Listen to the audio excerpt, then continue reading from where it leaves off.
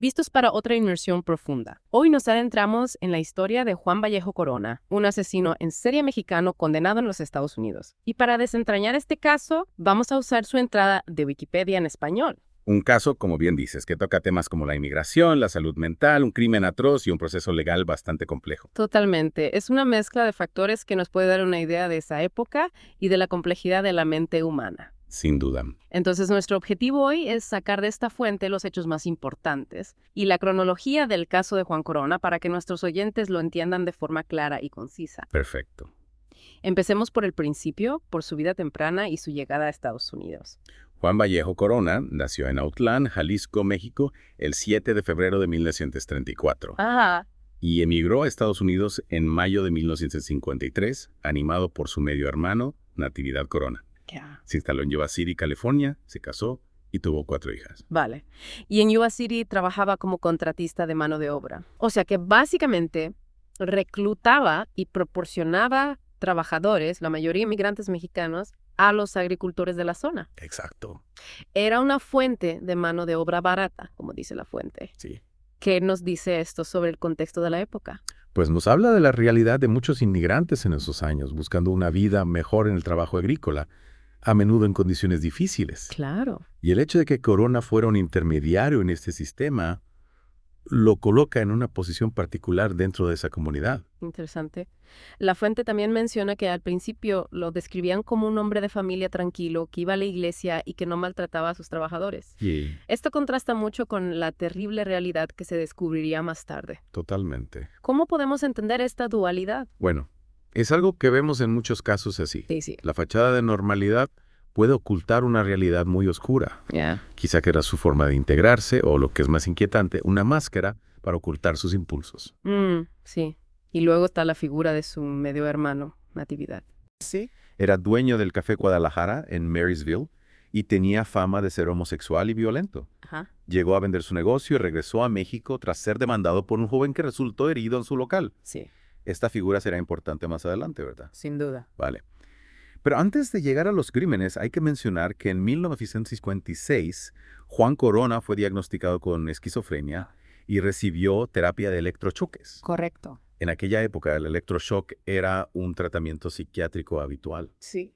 Este antecedente de salud mental será importante al analizar el caso. ¿Qué implicaciones podría tener este diagnóstico en el desarrollo de los eventos? Es una pregunta clave. ¿Cómo afectó la esquizofrenia a su vida y posiblemente a sus actos? Claro. Y también, ¿cómo se entendía y trataba esta enfermedad en los años 50? Sí. Era un contexto muy diferente al actual. Totalmente. La comprensión de las enfermedades mentales ha evolucionado mucho. Mucho. En aquel entonces, los tratamientos eran más rudimentarios y a menudo con efectos secundarios importantes. Sí. No sabemos cómo se manifestó su esquizofrenia, pero es un factor que no podemos ignorar. ¿De acuerdo? Entonces tenemos a un hombre con esquizofrenia que aparentemente era un padre de familia y un contratista normal, un perfil que no hace presagiar lo que iba a pasar. Pero todo cambió con el hallazgo de los cuerpos. Así es. Todo empezó el 19 de mayo de 1971. Un granjero japonés encontró un agujero extraño en su huerto de duraznos. Parecía una tumba. Vaya. Estaba excavado entre dos árboles.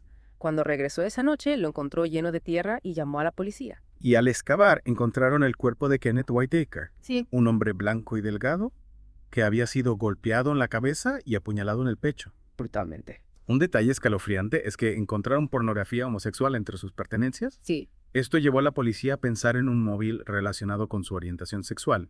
¿Por qué crees que se centraron tanto en este aspecto al principio? En aquella época había muchos prejuicios sobre la homosexualidad. Es posible que la policía, influenciada por esos prejuicios, viera esto como una explicación fácil para el crimen, sin explorar otras posibilidades. Claro. Pero hay que decir que la víctima tenía laceraciones en la cabeza posteriores a la muerte, lo que ya indicaba una brutalidad extrema. Sí, claro. Eso no cuadraba del todo con la teoría inicial. Y por desgracia, este no fue un caso aislado. El 24 de mayo, trabajadores de un rancho vecino encontraron tierra removida. Ajá. Y al excavar, descubrieron el cuerpo de Charles Fleming, otro vagabundo de la zona. Sí, Esta vez la investigación fue más exhaustiva. afortunadamente. Siguiendo un rastro en la hierba, encontraron más tierra removida. Ajá. y la policía comenzó una excavación más sistemática. Y lo que encontraron fue terrible. Múltiples cadáveres en diferentes estados de descomposición, pero todos con heridas similares. Exacto. Esto ya apuntaba a que no eran crímenes aislados, sino la obra de un asesino en serie. Y aquí es donde aparece Juan F. Corona. Entre los cuerpos se encontraron facturas a su nombre, con fechas de pocos días antes de los hallazgos. Un detalle que lo señaló como principal sospechoso desde el principio. Desde luego. ¿Qué peso crees que tuvo este hallazgo en la investigación? Fue una prueba incriminatoria muy directa. Encontrar documentos personales del sospechoso cerca de los cuerpos era una conexión muy fuerte que lo convirtió en el foco de investigación. Claro. Para el 4 de junio, la búsqueda terminó con el descubrimiento de 25 cuerpos, de los cuales 21 fueron identificados. Sí. Un dato sorprendente es que 22 de las víctimas eran anglosajonas y ninguna era mexicana. Correcto. Esto contradice la idea de que los crímenes fueran por prejuicios raciales dentro de la comunidad inmigrante.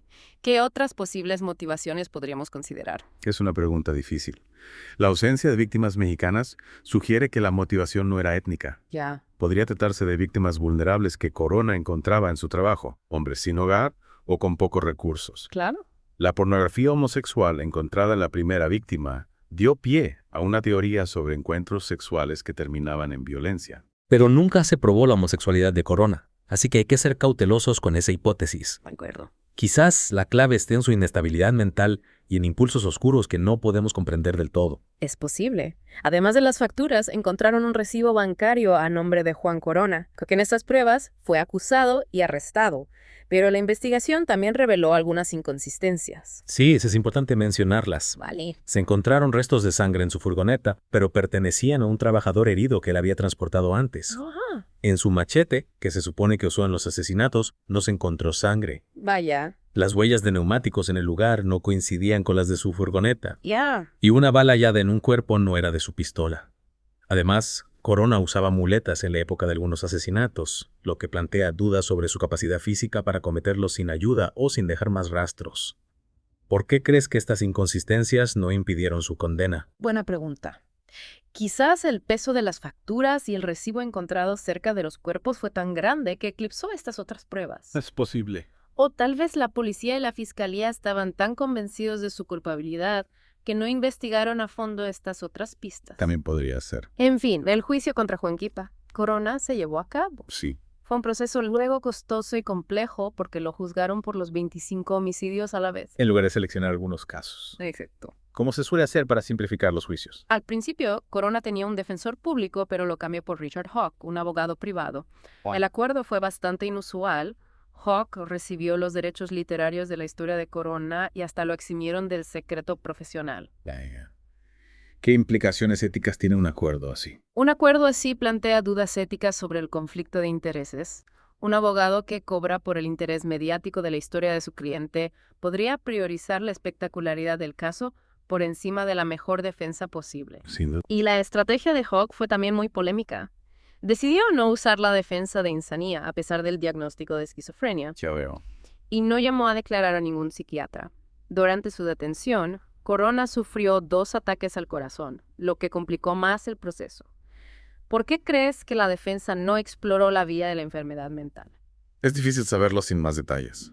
Quizás Hawk pensó que no había suficientes pruebas para una defensa de insanía, según los criterios legales de la época, o que otra estrategia tenía más posibilidades de éxito. Aunque por los resultados parece que se equivocó. Sí. La defensa intentó desviar la atención hacia Natividad, el medio hermano, sugiriendo que él había sido el verdadero asesino y que había plantado las facturas y el recibo para incriminar a Juan. Ya.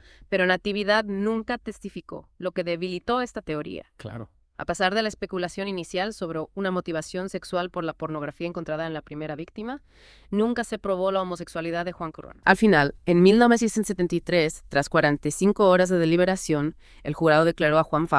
Corona culpable de los 25 homicidios.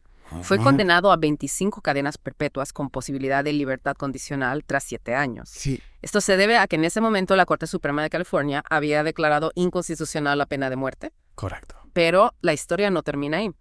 En 1982, un nuevo equipo de abogados asumió su defensa, argumentando que Corona no había tenido una defensa eficaz en el primer juicio. Pero no lograron anular la condena.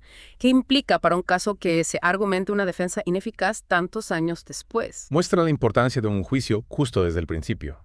Si hay errores graves en la defensa, aunque el acusado sea culpable, el sistema debe poder revisar el caso. Claro. Pero probar la ineficacia de un abogado años después es muy difícil. Ya veo. En esta revisión, el jurado concluyó que Natividad, que ya había fallecido, no había tenido tiempo ni oportunidad de cometer los crímenes. Y Juan Corona no pudo explicar por qué los nombres de algunos de los hombres asesinados aparecían en sus registros de trabajo. Ajá. Este fue un punto clave que reafirmó su culpabilidad. La vida en prisión de Corona fue dura. En un ataque brutal lo apuñalaron 4 reclusos. Sí. Estuvo a punto de morir y perdió un ojo.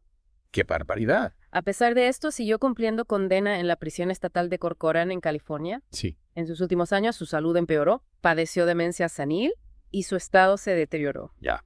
Su solicitud de libertad condicional fue denegada en 2011 y no pudo volver a solicitarla hasta 2016. Vaya. Juan Corona falleció en Corcoran el 4 de marzo de 2019 a los 85 años. Sí. Según el Departamento de Correccionales de California, la causa de su muerte fue una enfermedad.